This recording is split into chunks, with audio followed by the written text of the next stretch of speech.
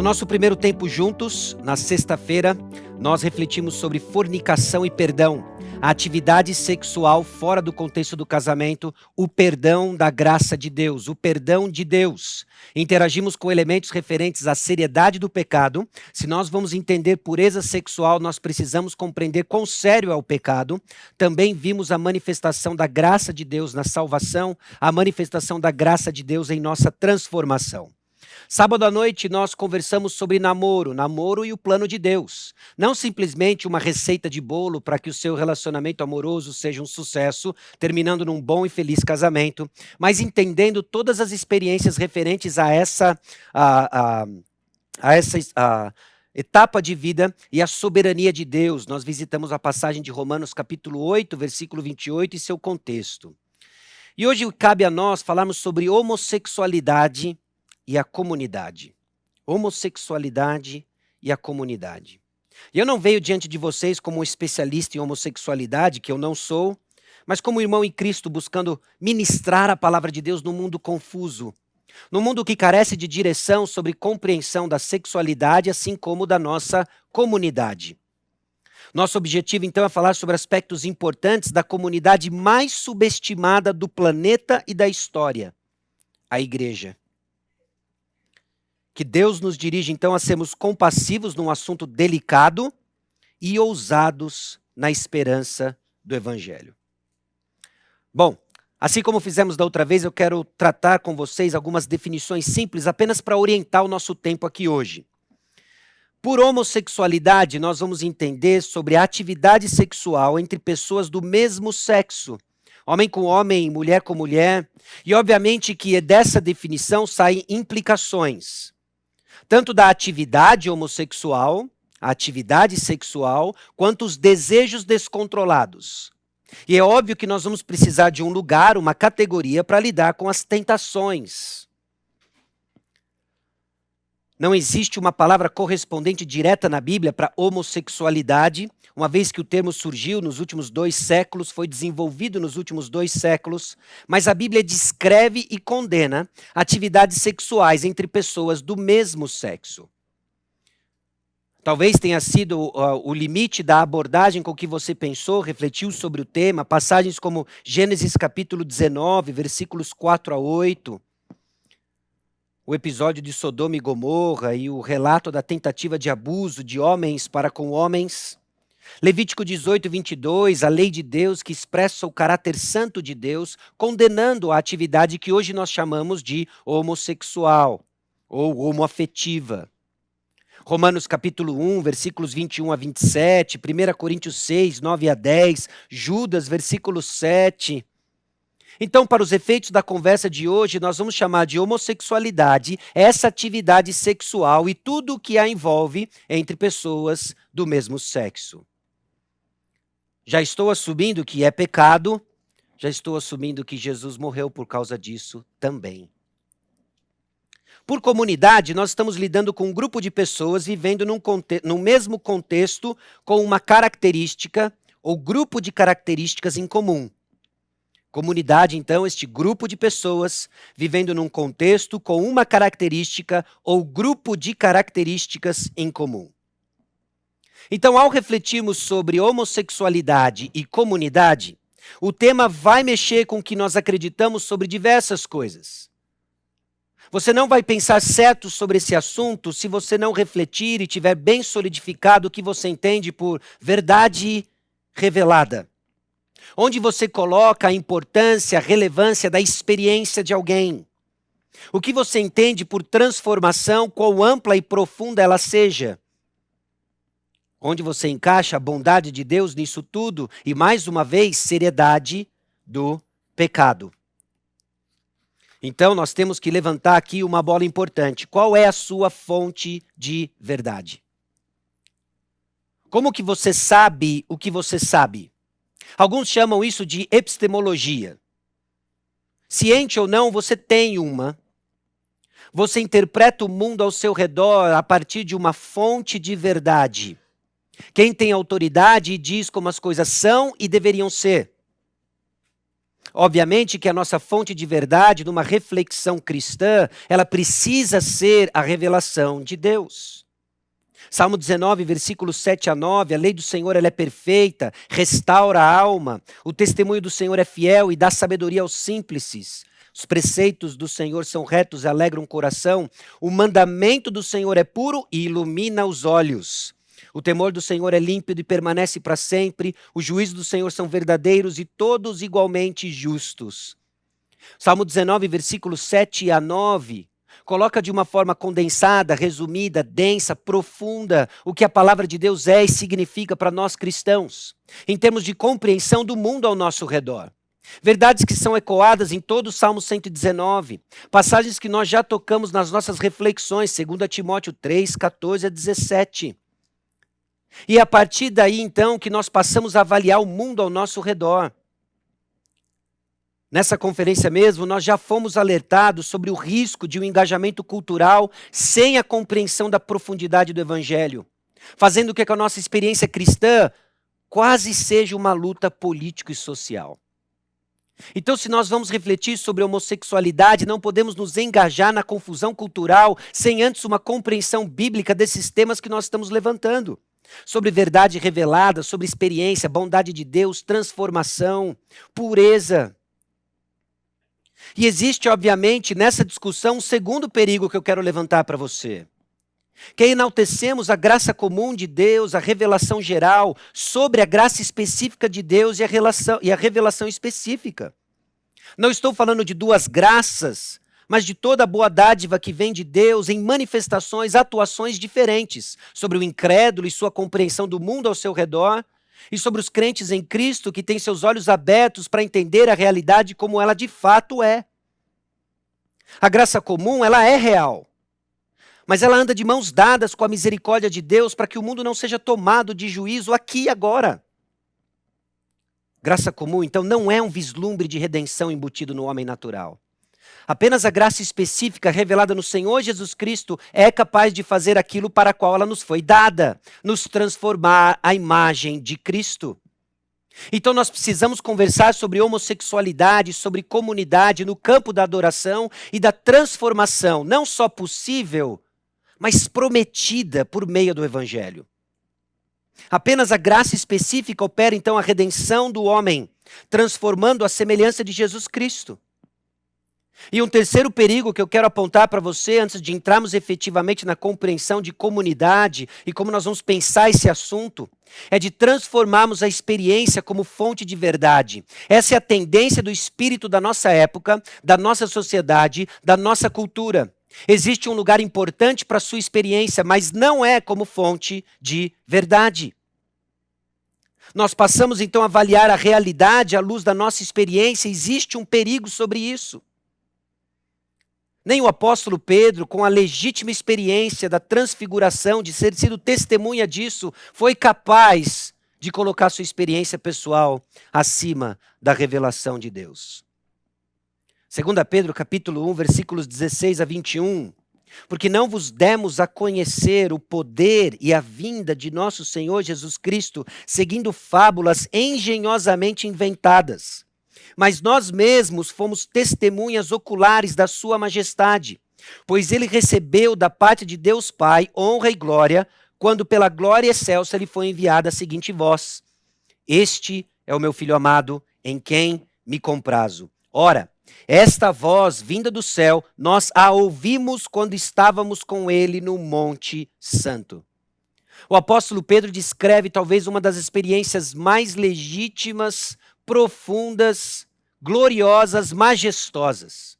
Ele testemunhou Jesus Cristo glorificado em sua majestade aqui na terra. E olha como ele considera essa experiência. Temos assim tanto mais confirmada a palavra profética, e fazeis bem em atendê-la como a candeia que brilha em lugar tenebroso, até que o dia clareie e a estrela da alva nasça em vosso coração, sabendo primeiramente isto, que nenhuma profecia da Escritura provém de particular elucidação, porque nunca, jamais, qualquer profecia foi dada por vontade humana. Entretanto, homens santos falaram da parte de Deus, movidos pelo Espírito Santo. Neste contexto em específico, o apóstolo Pedro tem um objetivo, e ele está simplesmente fundamentando essas promessas referentes à segunda vinda do Senhor Jesus Cristo, novo céu e nova terra, dizendo que a sua fonte é de primordial importância e razão suficiente para colocarmos em alta estima. Assim é conosco, meus irmãos. Assim é conosco, meus amigos. Que a palavra de Deus guie nossa experiência e não o contrário. Porque a palavra de Deus, ela é externa a nós e âncora para nossas experiências. Então eu pergunto para você, você acredita em milagres? Você acredita que Deus é capaz de transformar pessoas? Você é capaz de ecoar com o apóstolo Paulo em 1 Coríntios 6,11, fostes alguns de vós, ao listar uma porção de vícios que caracteriza pessoas que não conhecem o Senhor Jesus Cristo, e entre eles, efeminados, sodomitas. A palavra de Deus nos diz que alguns fostes assim, foram assim. A palavra de Deus ela é verdadeira, ainda que seu corpo diga o contrário. A luta contra o pecado é uma batalha de fé, e ceder à tentação é o mesmo que ceder à incredulidade. Nossa experiência, então, mexe com muitas coisas. O que pensamos, o que desejamos, o que sentimos. E todos eles são chamados a ser submetidos a amar a Deus. Que o que eu penso, desejo e sinto sejam expressões do meu amor a Deus. Amar a Deus de todo o coração.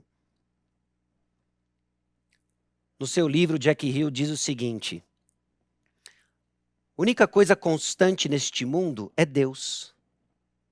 Ser gay, por outro lado, pode ser uma identidade imutável apenas se o coração não estiver disposto a se curvar. Sobre o seu processo de transformação, ela continua: eu não sabia que confessar minha incapacidade de agradar a Ele e dar as costas aos pecados que anteriormente eu havia abraçado significavam arrependimento. Nem reconhecia que minha decisão de crer que Ele poderia ser para mim o que ninguém mais poderia ser era fé. Para minha surpresa, ser cristã libertou-me do poder do pecado, mas não foi capaz de remover em mim a possibilidade da tentação. São verdades difíceis de engolir de vários sentidos, mas as quais nós não podemos deixar de nos alimentar.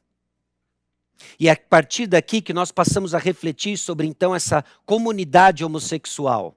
Diante de alguns pilares de verdade sobre transformação legítima comunicada pela palavra de Deus e submetendo nossas experiências à verdade revelada de Deus, nós precisamos então encarar a nossa identidade. Nós precisamos encarar a verdade sobre aqueles que se identificam como comunidade homossexual.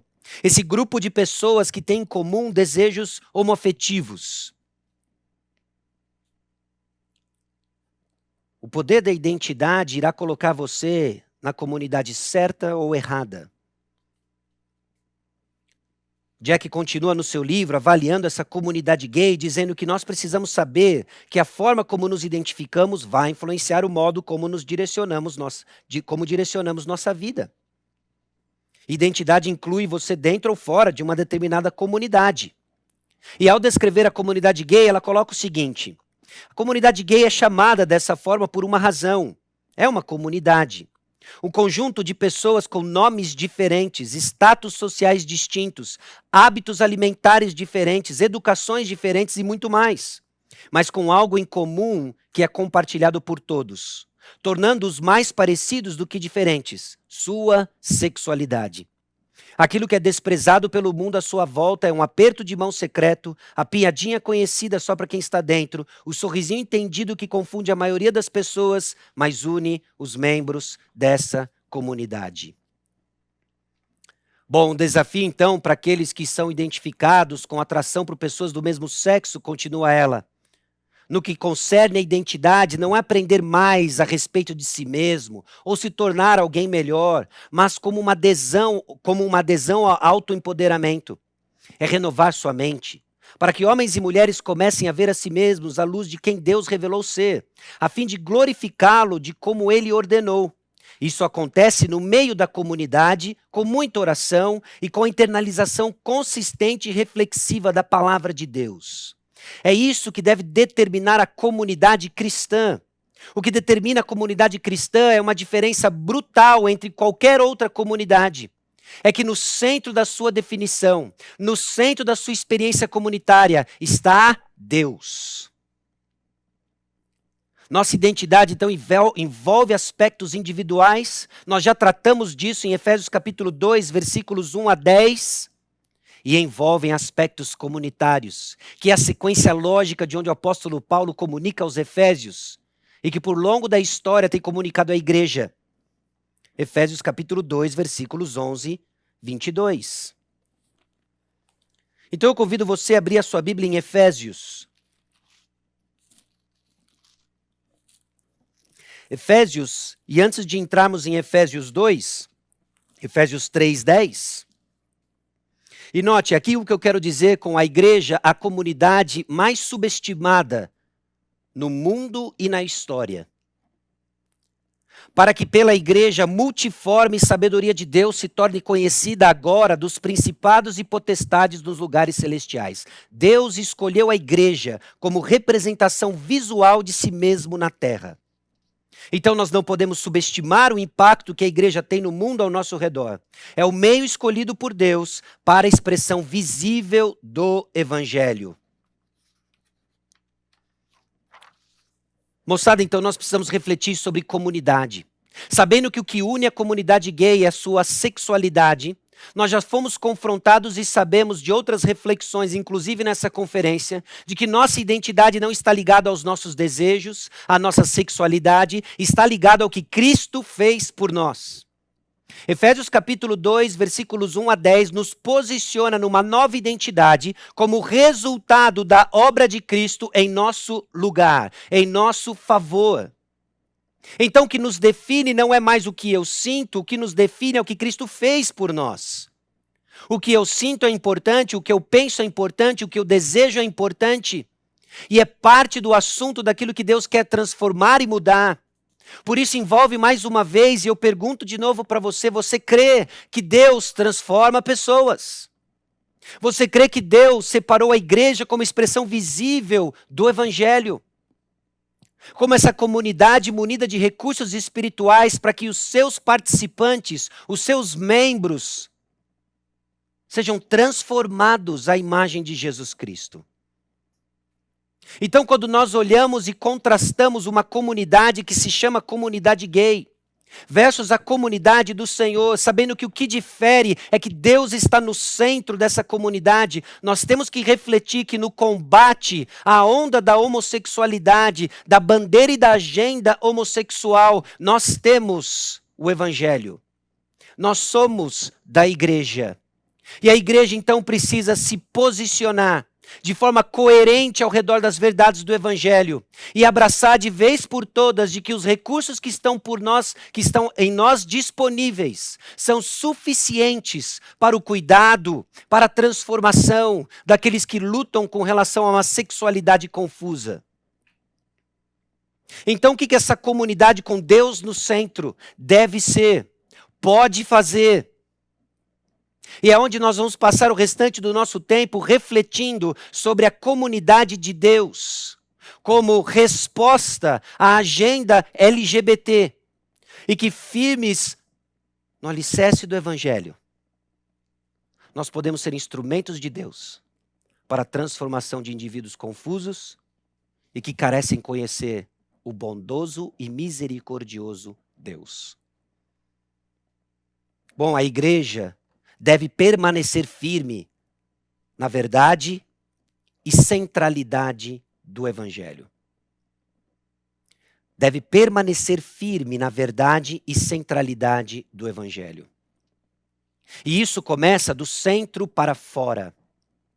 Por vezes nós nos engajamos na conversa sobre homossexualidade, sobre perversões sexuais que sejam, tratando apenas o fruto, tratando apenas o comportamento, sem lidar com a real condição do homem. Quando eu digo então do centro para fora, é reconhecermos que nós começamos com a pregação do Evangelho, que nós apresentamos quem Jesus Cristo é, e a partir da identidade de Jesus Cristo, Nós levamos as pessoas a entender a missão de Cristo e o que Ele fez por nós, e é a partir daí que nós falamos sobre o custo do discipulado. Essa ordem é importante. E a ordem é refletida, inclusive, em como a palavra de Deus apresenta para nós o Evangelho. Mas a igreja insiste em lidar com o assunto de forma superficial, listando apenas as passagens que tratam diretamente a questão da homossexualidade ou da atividade sexual com pessoas do mesmo sexo. Como, por exemplo, eu listei para você no início do nosso tempo hoje, Gênesis 19, Levítico 18, Romanos capítulo 1, 1 Coríntios 6, Judas capítulo 7, sem perceber que tudo o que estamos fazendo é usar a palavra de Deus para arrebentar a cabeça daqueles que já carregam uma culpa enorme do seu pecado.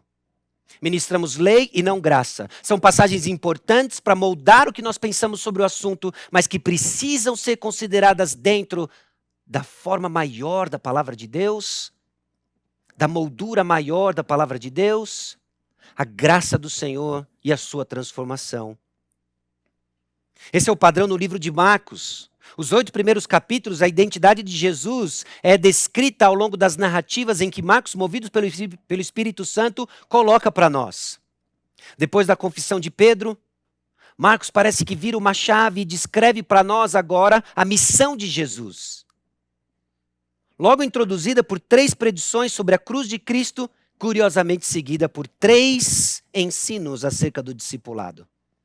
É o fluxo do argumento em Romanos capítulo 3, versículos 25 e 26, capítulo 5, versículo 8, mostrando o que Cristo fez por nós, e aí então o apóstolo Paulo, a partir do capítulo 12, começa a lidar com comportamentos coerentes à transformação de vida, nos ajudando a entender que comportamentos transformados são expressões de corações transformados. Idem em Efésios. No seu livro Deus é contra os homossexuais, Sam Allberry diz o seguinte: as pessoas precisam saber quem é Jesus antes de ouvir o que se requer dele. Lógico, tudo é parte da nossa mensagem se queremos ser uma igreja fiel ao testemunho do Evangelho. Mas a ordem é importante. Então, permanecer firme na verdade e centralidade do Evangelho, do centro para fora. Firme na verdade e centralidade do Evangelho, que revela quem Deus é. Antes de tudo, o Evangelho é a informação sobre quem Deus é. Romanos capítulo 1, versículo 16, pois não me envergonho do Evangelho, porque é o poder de Deus para a salvação de todo aquele que crê, primeiro do judeu e também do grego. Revela quem Deus é. Aliás, se você é familiarizado com o livro Que é o Evangelho, de Greg Gilbert, da editora Fiel, você sabe que ele apresenta o Evangelho a partir de 4 pontos principais, e o primeiro deles é Deus. Eu creio que é intencional, porque antes de tudo o Evangelho traz informações sobre quem Deus é. Nós partimos a partir de Deus. O Evangelho afirma a nossa identidade, por isso deveremos permanecer firme nele. No capítulo 15 do livro Garota Gay, Bom Deus, a autora coloca para nós aspectos importantes da identidade, não só da nossa identidade, mas dos elementos que o Evangelho trabalha e lida. Por exemplo, você precisa ter uma compreensão bíblica da identidade do pecado, de que aquilo que Deus chama de pecado não é bom, não é bonito. As Escrituras dizem para nós o que é pecado e nós devemos levar em consideração que o pecado distorce a imagem de Deus em nós, e o pecado é sério o suficiente para levar o Filho de Deus à cruz do Calvário.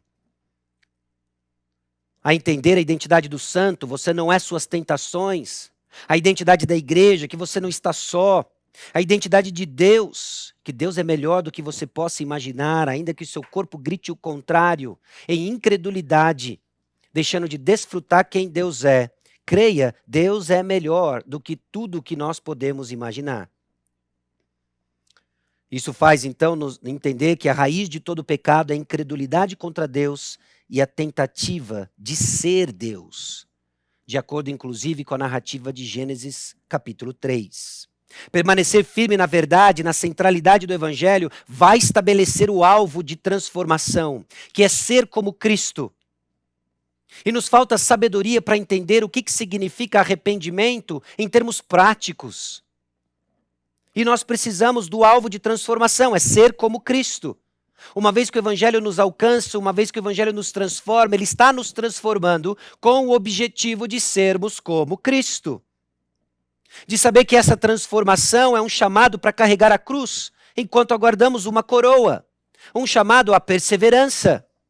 Um discurso que tem sido esvaziado da apresentação do Evangelho. E pessoas têm dito sim para qualquer coisa, menos Jesus Cristo, que nos chama para carregar uma cruz. Não deve haver surpresas de que envolve esforço, envolve sofrimento. O Evangelho, quando é firmemente pregado, modela nossos relacionamentos. Efésios capítulo 4, versículos 11 a 16. E ele mesmo concedeu uns para apóstolos, outros para profetas, outros para evangelistas e outros para pastores e mestres, com vistas ao aperfeiçoamento dos santos, para o desempenho do seu serviço, para a edificação do corpo de Cristo, até que todos cheguemos à unidade da fé e do pleno conhecimento do Filho de Deus, à perfeita varonilidade, à medida da estatura da plenitude de Cristo, para que não mais sejamos como meninos agitados de um lado para o outro e levados ao redor por todo o vento de doutrina, pela artimanha dos homens, pela astúcia com que induzem ao erro. Mas seguindo a verdade em amor, cresçamos em tudo naquele que é a cabeça Cristo. Presta atenção, versículo 16. De quem todo o corpo bem ajustado e consolidado, pelo auxílio de toda a junta, segundo a justa cooperação de cada parte, efetua o seu próprio aumento para a edificação de si mesmo em amor, modelando nossos relacionamentos para que juntos conheçamos a Cristo Jesus. É o Evangelho que satura nosso coração de esperança. Suas lutas têm data e hora para acabar. Glória a Deus por isso. Porque diante do Senhor, no céu, nós vamos estar livres de todo peso, de toda culpa, do pecado. Finalmente livres. A igreja pode e deve ser uma comunidade centrada em Deus, permanecendo firme na verdade e centralidade do Evangelho e criando um ambiente seguro para conversar sobre o assunto. Falhamos e temos falhado como igreja de não criar um ambiente seguro para conversar, falar, tratar sobre homossexualidade. Então não nos engajamos no assunto apenas no âmbito político e social, mas também individual. Não basta apenas sermos uma voz nesta sociedade levantando a bandeira da verdade sobre a homossexualidade. Pessoas estão lutando com essas tentações. Ser uma igreja, então, envolve também, talvez antes de tudo, o cuidado de pessoas compradas pelo sangue de Jesus.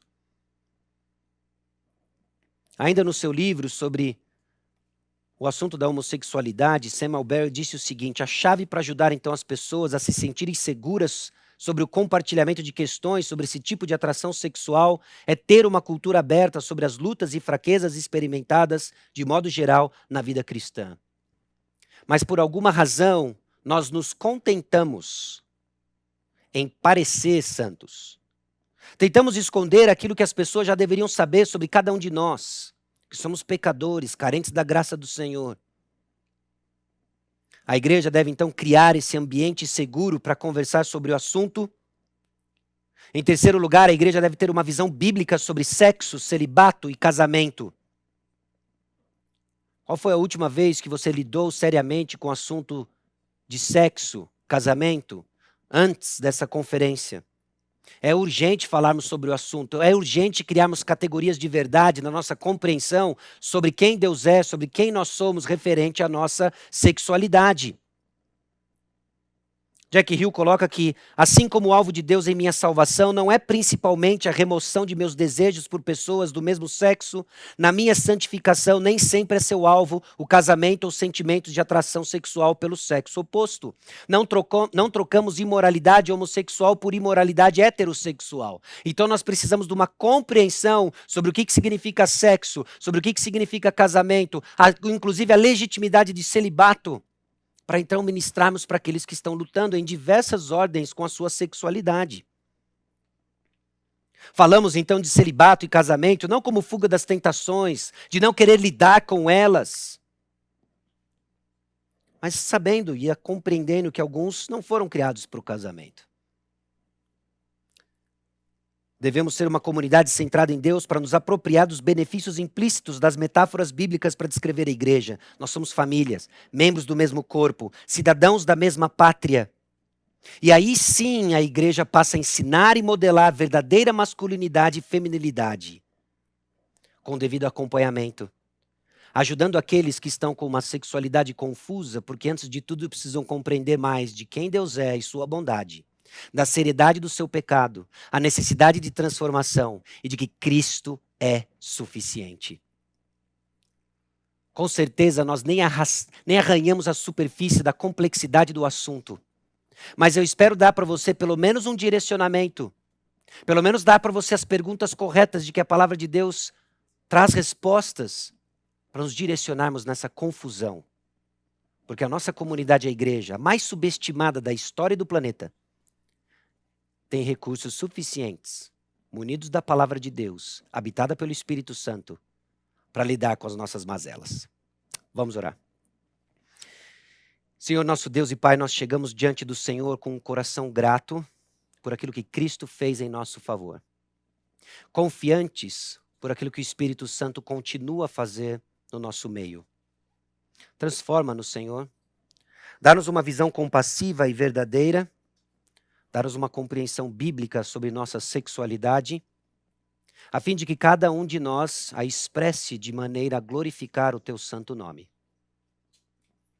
Eu oro a Deus por aqueles que recebem essa palavra, que na confusão de suas perguntas o Senhor dê clareza, que na confusão das minhas palavras o Senhor demonstre misericórdia, fixando aquilo que vem do Senhor pelo teu Santo Espírito em seus corações. É no nome precioso de Jesus que nós oramos. Amém. Ok, nós passaremos agora para o momento da pergunta, né, das perguntas. Eu gostaria de chamar o Sasha para sentar aqui comigo, para que a gente possa, então, meditar agora de um modo talvez até mais prático com as perguntas que chegaram. Chegaram muitas perguntas, eu só consegui selecionar algumas aqui. E vamos conversar, então, um pouquinho mais sobre esse tema.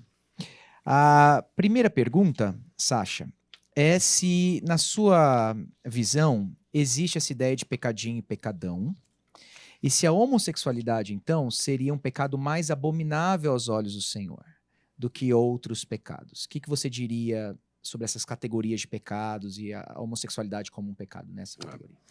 Primeiro, eu diria que todo e qualquer pecado ele é sério o suficiente para ter custado o sangue do nosso Senhor e Salvador na cruz do Calvário. Acho que é importante a gente entender isso, né? E aí, a partir daí, o que nós estamos falando e o que parece que a Escritura nos diz é que existem níveis de julgamento diferentes, nos dando a entender de que existem severidades de consequências na condenação eterna para algumas demonstrações de pecado, né? E eu também me pergunto, eu também me preocupo com a pergunta atrás da pergunta, né? Se simplesmente o que está por trás às vezes é, olha, desde que eu não faça X, eu estou bem. Então eu consigo administrar esse tipo de pecado. A luta contra o pecado, ela acontece em todas as manifestações do pecado, né? O pecador que está crescendo na compreensão da santidade de Deus, ele começa a se enxergar cada vez mais pecador e começa a enxergar a majestade de Cristo Jesus. Então a pergunta por trás da pergunta, se existem coisas que eu consigo administrar, coisas mais sérias que eu não deveria tocar, nós já começamos a partir por um padrão que a palavra de Deus parece não nos encorajar aí, né? É um caminho que a palavra de Deus não nos encoraja aí. Então, se você quer ser bem-sucedido na luta contra o pecado, se aproprie da graça de Deus e buscando e fazendo morrer toda e qualquer manifestação de pecado na sua vida. Trate o pecado com a seriedade com que a Bíblia coloca, né? Isso é que deve calibrar o nosso senso de urgência no trato do pecado. Okay? Bom, a palavra de Deus fala sim de uma severidade, de um juízo para aqueles que estão entregues à prática homossexual, e nós devemos crer que existe um juízo para isso, né? E existe graça para isso também. E é isso que também nós devemos falar e continuar levantando junto. Nunca, então, condene pessoas sem apontar para a salvação das pessoas. Não destrua pessoas sem a intenção de reconstruí-las na graça de Deus em Cristo Jesus. É a linguagem que Efésios capítulo 4, 22 a 24 coloca, que Colossenses 3, 10, se eu não me engano, coloca. Nós estamos sendo criados à imagem de Jesus Cristo. Há um processo de sermos recriados no segundo Adão, não no primeiro Adão. Ótimo. E conselhos sobre como me relacionar, né, com parentes e amigos que são homossexuais e querem o meu envolvimento na vida social deles, né? A pergunta que veio. Então, encontros de família, almoços, por exemplo. Como amar essas pessoas sem desonrar a Deus? Que tipo de engajamento social deve-se ter com pessoas homossexuais, parentes ou amigos? Excelente pergunta, né? No final das contas, nós precisamos de respostas que nos orientem nisso, né? Eu quero colocar para você talvez alguns parâmetros, e dentro desses parâmetros eu entendo que o seu contexto específico, no contexto específico você vai ter que encontrar como é que você vai se direcionar com eles, né? Você quer afirmar o seu amor ao seu parente e você quer afirmar o seu amor a Deus. Você quer afirmar o seu relacionamento com o seu parente, você quer afirmar, antes de tudo, o seu relacionamento com Deus. Então, você quer afirmar, obviamente, o seu amor pelo parente, você quer também afirmar o seu amor a Deus, e muitas vezes isso vem em desaprovar, né, a prática do seu parente. Então, uma pessoa uma vez resumiu para mim um conceito interessante, que eu acho que a partir daí você pode ter uns desdobramentos, né? Presente de aniversário sim, presente de casamento não, né? Então tem coisas que você consegue fazer que vai deixar bem claro o seu amor pelo seu parente, ainda que seja bem claro que você não aprova a conduta e o estilo de vida tomado, né? E aí você vai ter que desenvolver isso no seu conceito, no seu contexto, né? Entendendo e crendo, obviamente, e aí volto à nossa segunda palestra, principalmente, a gente está falando de namoro e tal, mas o conceito de Romanos 8, 28, né? De que Deus está orquestrando as suas circunstâncias para, antes de tudo, forjar em você o caráter de Cristo Jesus e ser luz no contexto onde Ele lhe colocou. Então, se Ele lhe colocou ali e lhe chamou para amar o seu parente ali, faça-o debaixo do temor do Senhor. Então, eu colocaria esses parâmetros que vai ajudar você a navegar nisso e continuamente pedir a sabedoria de Deus para você responder em amor, enquanto você também verbaliza que desaprova um estilo de vida ali, né? E, de novo, você desaprova esse estilo de vida porque você está apontando a salvação em Cristo Jesus. E uma outra pergunta, então, já pegando o gancho dessa, com relação a ir a casamento homossexual. Alguma palavra sobre isso? Deve-se ir só por respeito à pessoa ou não? Não vai porque por alguma razão que você possa dizer. A minha tendência, né, e eu, de novo, né, reconhecendo que por trás dessa pergunta tem contextos, né, a minha tendência é dizer que não, né, nós não reconhecemos esse tipo de união, né, por isso que eu digo até, né, presente de aniversário sim, presente de casamento não, mas obviamente é uma oportunidade que você tem de expressar mais uma vez o amor de Deus de outras maneiras, né? Nós não podemos, às vezes a gente coloca as coisas distintas, né? Santidade de Deus com vontade de Deus, como se elas fossem excludentes em certas situações. A confusão está só na nossa cabeça, né? Então, nós precisamos, por causa da santidade de Deus, trabalhar de forma coerente com o seu caráter. E tem momentos em que você vai dizer não, você, olha, eu não vou, você conhece a nossa posição, né? E toda e qualquer outra retaliação, ela é inconsistente até logicamente, né? O fato de você não aprovar um estilo de vida de alguém, aprovar todas as atitudes que alguém toma, isso não é necessariamente dizer que eu odeio você, espero que você, enfim, se dê mal, né? Mas é simplesmente agir com uma consciência que vai testemunhar da fé do Senhor. Ótimo. Nós temos o João Luiz Costa Alves Feijó, que está online e fez uma pergunta. Eu vou, então, convidar o João para, nesse momento, falar ao vivo aí a sua pergunta. Oi, estão me ouvindo bem? Boa tarde, Sasha. Boa tarde para todo mundo. A minha dúvida é a seguinte. A gente está vivendo numa época onde a sociedade está querendo forçar a gente a aceitar a homossexualidade. E aí, em consequência disso, os cristãos são todos taxados de homofóbicos. E, de fato, a homofobia é errado. O ódio, a agressão ao homossexual é errado. Mas eles não aceitam que a gente ame o homossexual, mas odeie o pecado que eles praticam. a gente tem que aceitar tudo. Então, a minha dúvida é, como que a gente pode exortar um homossexual sem dar brecha para ele nos acusar de estar cometendo um crime? Ok. Boa pergunta, né?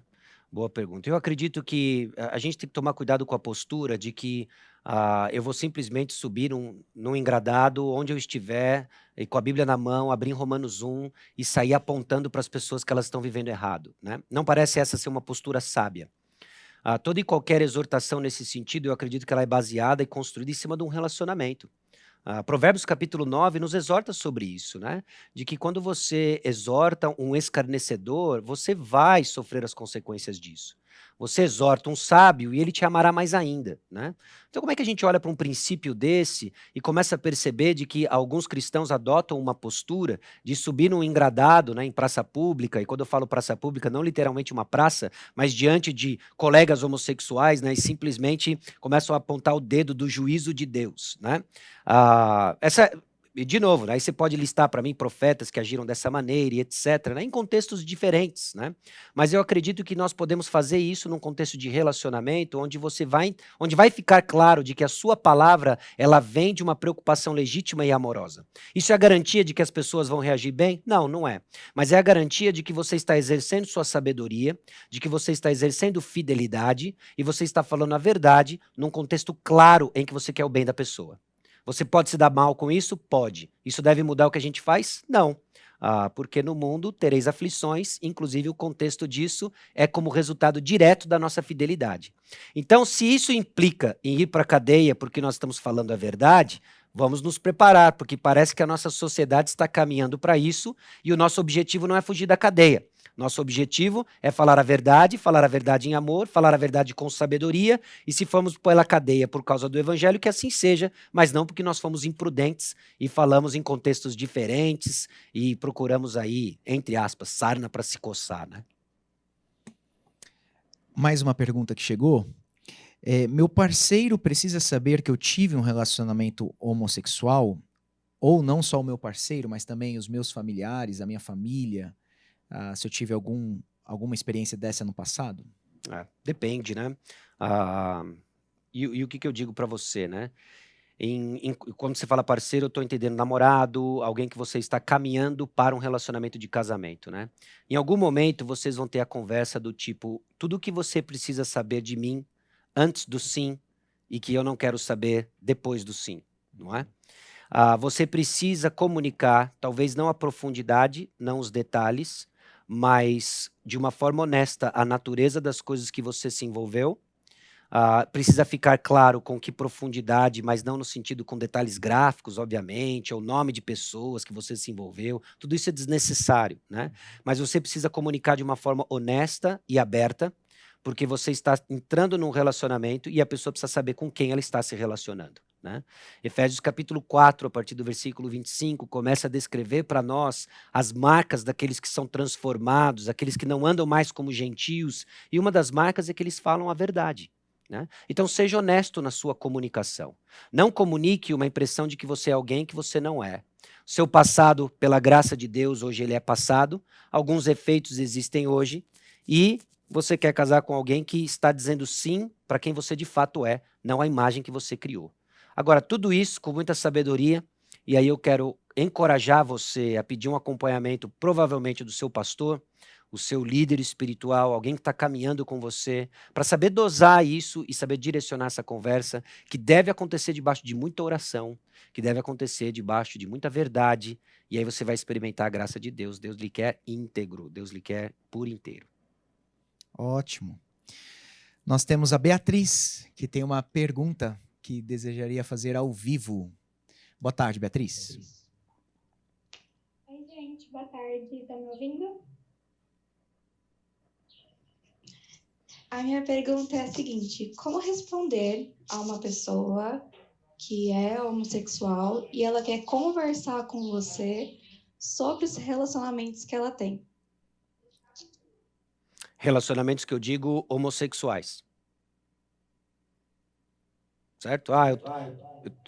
Coisas do tipo, eu tô brigando muito com o meu namorado. É um rapaz dizendo, eu tô brigando muito com o meu namorado, etc., né? É óbvio que você não vai dar conselhos no sentido de que, olha, tem algumas dicas bíblicas para a coisa dar certo, né? Porque a gente sabe que isso só vai simplesmente colocar um band-aid em algo que está gangrenando, né? Mas você tem portas de entrada para ministrar o evangelho. Né? E muitas vezes são situações em que envolvem, por exemplo, conflitos, que envolvem brigas, e nós temos portas de entrada na palavra de Deus que trabalham com brigas. E aí, com essas portas, você consegue acessar e mostrar o real problema dessa pessoa. Né? Tiago capítulo 4, versículo 1, né, coloca para nós: de onde procedem guerras e contendas entre vós? Senão dos prazeres que militam na vossa carne. Puxa, Tiago dá para nós uma pista importantíssima. Naquele contexto em que ele escreve a carta, haviam brigas e discussões dentro da igreja, contendas dentro da igreja, e ele começa a abrir e cada vez mais profundo de onde vêm essas brigas. Vêm dos nossos desejos, vêm das nossas cobiças. Né? Nós pecamos para ter coisas, nós pecamos porque não temos coisas. No versículo 4 ele diz infiéis. E ele nos coloca então de que aqueles que estão brigando, eles têm amizades com o mundo e são inimigos de Deus. Olha a porta de entrada. Eu vou dizer para você por que você está brigando com o seu namorado. Você está brigando com o seu namorado porque você tem um problema maior do que você imagina. Você tem um problema com Deus, o Criador do universo. E seu estado de rebeldia tem sido manifesto, tem sido visto em tantas esferas e no horizontal, nos relacionamentos horizontais. E é aqui que você precisa entender de que isso que está acontecendo é só o início das dores, de um problema muito maior que você não resolveu com Deus. Você vive em briga com Deus. E aí quem nos trouxe paz? Jesus Cristo. Romanos capítulo 5 começa a falar que esses que eram inimigos, né, Deus tomou a iniciativa e mandou Jesus Cristo. Então é só um exemplo de como essas coisas são portas para a gente apontar para o verdadeiro problema. E não simplesmente, aí eu entendo a sua preocupação e ela é super legítima, né? Porque de cara você já viu, tá tudo errado. Como é que eu vou dar dicas de um relacionamento? Lê quando pecadores dizem sim, onde fala casal, coloca o seu nome, né? Lógico que isso não vai ajudar em absolutamente nada, né? Nós queremos lidar com verdade. E a verdade, ela é manifestação de amor, né? Às vezes a gente fica assim, não, mas eu preciso amar. Pessoal, a verdade é uma manifestação de amor. Você pode dizê-la até não amando alguém, e obviamente vai ser ruim, não é o que Deus quer, né? Mas a verdade que nós ministramos e dizemos para as pessoas qual é a real, isso é amar pessoas. Ok? Ótimo. Mais uma, Sasha. Nós devemos aceitar esse novo vocabulário da ideologia, agenda LGBT, no sentido que às vezes eles acabam com os pronomes, não é? E pedem que se use, por exemplo, pronomes indefinidos, né? Você não pode mais falar ele, ela, mas você tem que ele e x no final quando você for escrever, por exemplo, porque é indefinido. A gente tem que, e podemos pensar aqui nos transgêneros, se você tem um homem transgênero, você vai falar ela ou ele, né? Como cristão, você vai aceitar a imagem dele né? e tratá-lo como tal, ou o sexo, a partir do sexo da pessoa que você está conversando. O que a gente faz? Excelente pergunta. Eu nunca parei para pensar sobre isso, né? Enquanto você estava desenvolvendo a pergunta, eu estava aqui pensando, né? Eu acho até que a gente está num momento da história que torna-se um pouco mais fácil de responder, né? Porque até onde eu entendo, as regras do português não mudaram. Então, eu não vou mudar absolutamente nada dos pronomes, porque existe um português claro e já definido nas suas normas de como nós usamos a linguagem. Então, segue ele, segue ela, e nós fazemos isso de acordo com o nosso conhecimento da causa aí, né? Agora, se a coisa vai apertando cada vez mais, é até interessante quando nós paramos para pensar na linguagem como um todo. Mais importante do que simplesmente o termo ele ou ela, né, são os conceitos por trás. Né? E eu acho que, mais uma vez, esse se torna uma dessas portas de conversa, uma dessas portas aí que nós podemos entrar com a verdade do evangelho, né? Lidando com pessoas principalmente, e até mais fácil, né? Quando nós temos algum tipo de relacionamento com elas, né?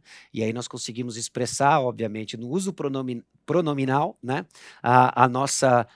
O nosso uso teológico da coisa e engatá-las numa conversa, né?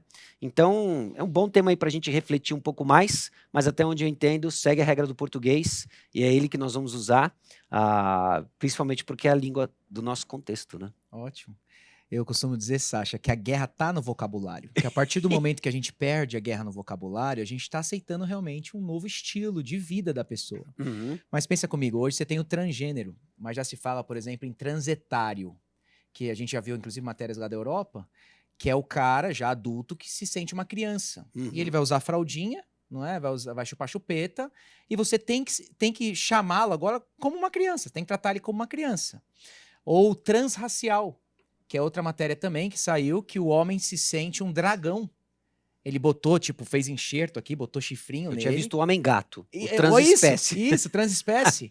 Então pensa, se a gente perde esse vocabulário, você vai chamar o quê? Vai chamar o transespécie de gato, de, ô gatinho, vem aqui. Não, você vai chamar uma pessoa pelo nome, porque é uma pessoa, não é? Então, há uma guerra no vocabulário, e a gente realmente deveria fincar os nossos pés naquilo que é criacional, né? O ser humano nasceu ser humano, não nasceu um animal, então vamos tratá-lo como ser humano. Mesma coisa com o sexo, né? Senão a gente entra numa grande confusão. Excelente. Tenho irmãos homossexuais. Também já gostei de pessoas do mesmo sexo. Isso pode ser considerado maldição hereditária? Eu tenho que dizer não, né, para a pergunta, né? E tentando entender, ajudar você da melhor maneira para você pensar isso, né? E são inúmeras as propostas sobre causalidade da homossexualidade, né? Genes, a condição de hormônio, e todas elas se mostraram ao longo do tempo improváveis, tanto na questão da probabilidade, como também ao serem submetidos a um teste científico sério, né? Então, nós temos que dizer não para isso, né? Não é assim que a palavra de Deus apresenta essas questões, né? Se tem algum desses elementos envolvidos, inclusive se mostra provado no futuro, também nós temos elementos bíblicos para entender onde eles ficam e onde eles devem ser colocados na compreensão da expressão do nosso coração, né? Então, um exemplo mais simples ainda, né? Eu sou extremamente tentado à irritação quando eu estou com fome e cansado. Quando eu estou com fome e cansado, não justifica eu demonstrar minha ira para ninguém. Você não tem problema de aceitar isso. Mas quando o assunto se torna homossexualidade, a gente já começa a ficar resistente e querendo, inclusive, desculpar ou justificar uma prática disso, né? Só por causa da sua intensidade ou por causa da experiência. De novo, as categorias de verdade devem nos ajudar sobre isso daí, né? Então eu diria para você, não é uma maldição hereditária. É necessário submeter essas coisas ao Senhor. E, de novo, né, recomendo mais uma vez a leitura do livro, acho que vai ajudar bastante, porque, inclusive, a autora ela lida com aquilo que é considerado normalmente como causa de homossexualidade, né? Tanto as suas experiências de desejo por pessoas do mesmo sexo na sua mais tenra infância, até a ausência da figura do pai e experiência de abuso, né? Então ela lida com esses três e como o evangelho libertou da prática e do estilo de vida homossexual, né? Mais uma. Temos tempo e as perguntas estão chegando aqui. Como ajudar crianças e adolescentes com tendências homossexuais? Por tendências, você está falando de trejeito, por tendências, você já está falando de desejos expressos, e eu acredito que nós precisamos lidar com os dois, né? É importante, e na palavra de Deus, parece que isso ecoa, né, em vários lugares, de que não é apenas você ser homem, mas parecer homem, não é apenas você ser mulher, mas parecer mulher. Era importante, inclusive, na lei de Deus, de que o homem não deveria se vestir como mulher e de que a mulher não deveria se vestir como um homem. Então é importante a sua aparência. Eu sei que isso abre aí toda uma caixa preta de outras perguntas, como estereótipos, né? Mas eu também não quero jogar estereótipos por escanteio e dizer que eles não são importantes. Embora a nossa sociedade tenha batalhado para quebrar todo e qualquer estereótipo, né? Nós ainda precisamos manter alguns âncoras, até mesmo visuais, que nos ajudam na nossa identidade. A pessoa precisa olhar para você e saber que ali existe um homem de verdade. A pessoa precisa olhar para você e saber que ali existe uma mulher de verdade. Então, se nós estamos falando de tendências, né, em termos de trejeitos, eles precisam ser trabalhados e moldados à luz da sua identidade que Deus lhe deu. Não é? XX foi dado por Deus, XY foi dado por Deus, e Ele quer que você atue de acordo com isso. Foi a vontade de Deus ter projetado você assim. Se você está falando de tendências com relação aos seus desejos, eles precisam ser submetidos à obediência ao Senhor. Todos nós temos desejos desviados em alguma área ou outra. Todos nós somos chamados a fazer morrer esses desejos e submetê-los a Cristo Jesus. Isso não é exclusivo daqueles que lutam por atrações de pessoas do mesmo sexo. Isso é exclusivo de pecadores que estão sendo chamados à santificação e a submeter essas coisas ao senhorio de Jesus Cristo. Ótimo. E acho que aos pais também, né, Sasha? Porque o que é dito aí fora é que se você vê o seu filho, por exemplo, né, com trejeito ou querendo brincar de boneca, então significa que ele é isso, você deve respeitá-lo, né, e ajudar ele nesse caminho. Mas é papel dos pais ensinar, então, ao filho ou à filha, né, como deve se portar a partir do sexo biológico dele, né? Exato. E há testemunhos, eu não sei se você conhece, mas a gente sabe, às vezes, de histórias em que os pais foram contra esse estilo de vida que estava sendo adotado pela criança naquela fase, não é? Não, você não é isso. Né, até ajudando, às vezes, botando em esporte, tipo de esporte, ajudando a andar com meninos, amigos, enfim, para que ele aprenda a masculinidade, a exercer sua masculinidade de um modo diferente. E a pessoa, de fato, cresce, então, nos caminhos que deveria, né, seguir. Porque se a gente também não dá um direcionamento como pais, né, aí fora é isso. Não, seria assim desde criança, nasceu assim, então, e é isso que é o destino dele. Mas nós, como pais, né, se você tem algum pai, aí vai ser pai ou mãe um dia, você também deve saber disso, que devemos orientar. Né? E nos ajuda a pensar sobre isso, né? Concordo plenamente, Tiago. Quando a gente está lidando agora com uma coisa diferente, né? Vamos supor que a criança de 5 anos roubou um brinquedo na escola, né? Até onde eu entendo, nenhum pai decente vai dizer, olha, é quem ele é. O que eu posso dizer? Ele tá destinado a Brasília, né? Eu tive um filho político, né? Lógico, não quero generalizar. Eu sei, ter irmãos queridos, fiéis, tal. Eu entendi. Você entendeu o ponto, né?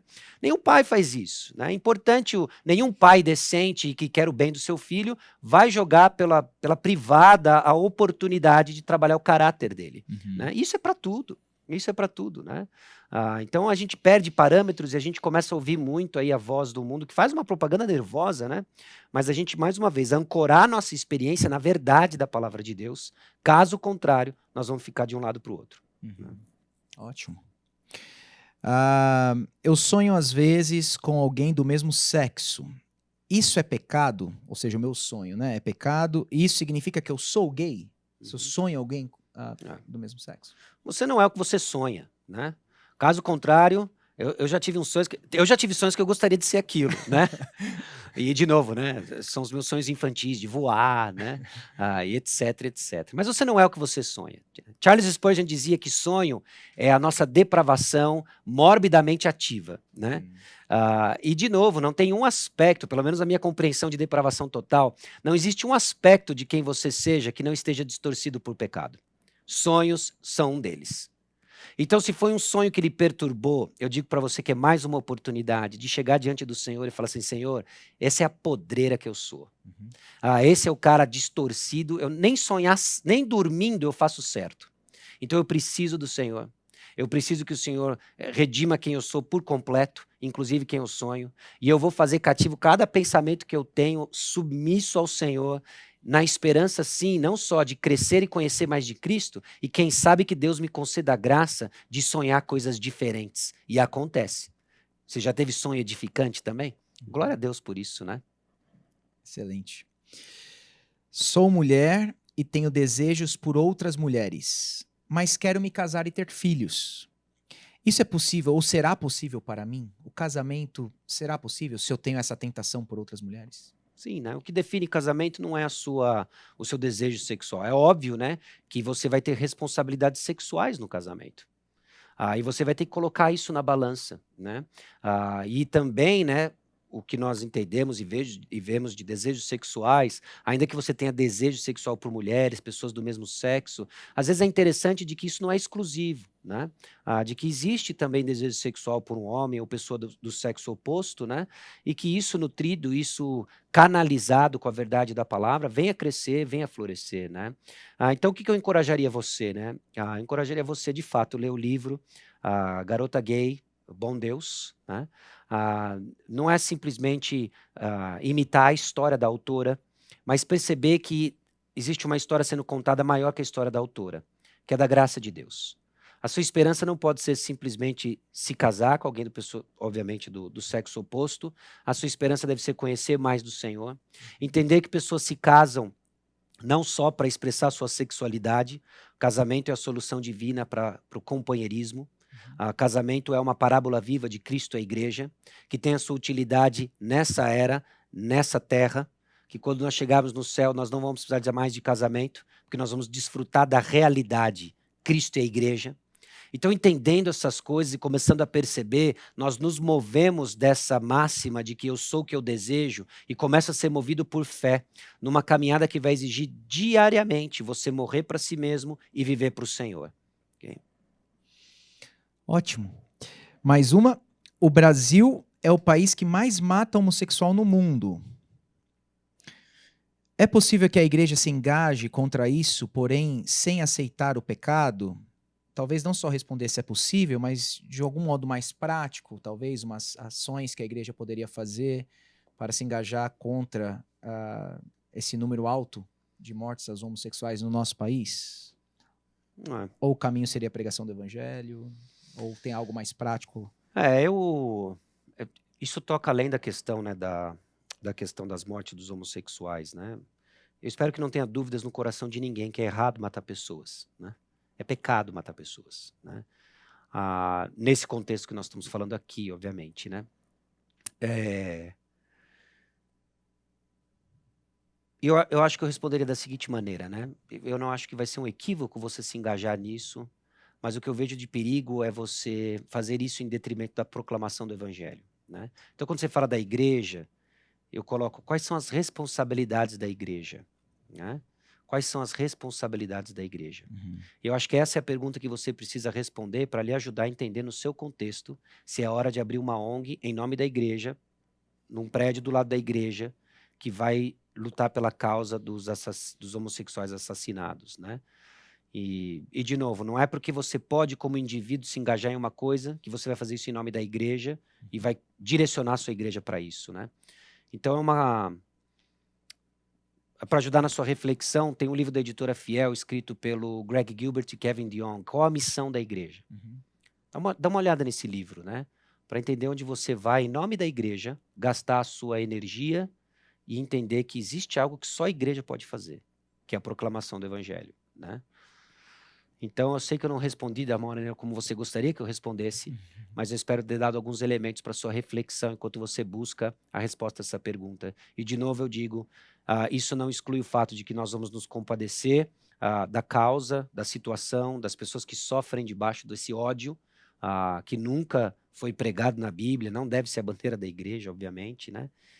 Mas nunca em detrimento da pregação do evangelho. Não sei se você já refletiu alguma coisa além disso, para outras coisas também, né? Eu acho que é por aí. Acho que a igreja tem um papel bem definido como igreja, não é? Inclusive em tradições históricas, confissões históricas, vai se definir que é a pregação do evangelho e a administração dos sacramentos, não é? E aí isso não impede do cristão ser sal no mundo como cristão, ele se envolver em todas as áreas aí, né? Ou as diversas soberanias aí que nós temos como cristão, como indivíduo, mas não transformar a própria igreja numa ONG. Né? Quer ver, ó, enquanto você está falando e agora pensando um pouco mais também, né? Eu ficaria preocupado como pastor se depois de um sermão as pessoas ficam mais socialmente inflamadas do que mais desejosas de parecer com Cristo. Acho que a minha pregação está equivocada. Se ao ouvir um sermão você fica mais socialmente inflamado do que desejoso de ser parecido com Cristo, tem alguma coisa errada, né? Nós estamos lentamente, sutilmente, e que vai ter efeitos catastróficos, né, nos desviando da pregação do evangelho, né? Agora é óbvio que a igreja que indivíduos da igreja podem observar que a transformação que Cristo está operando na sua vida requer ser sal e luz num contexto, inclusive isso, e ser conhecido pelas boas obras. Atos 2, de ter a simpatia de todos aqueles, e etc. Né? Então, isso é diferente, né?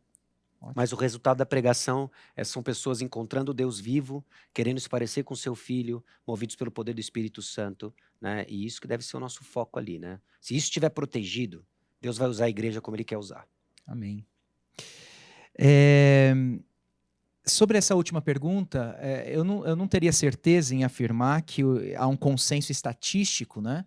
Que o Brasil é o país que mais mata homossexuais no mundo, tá?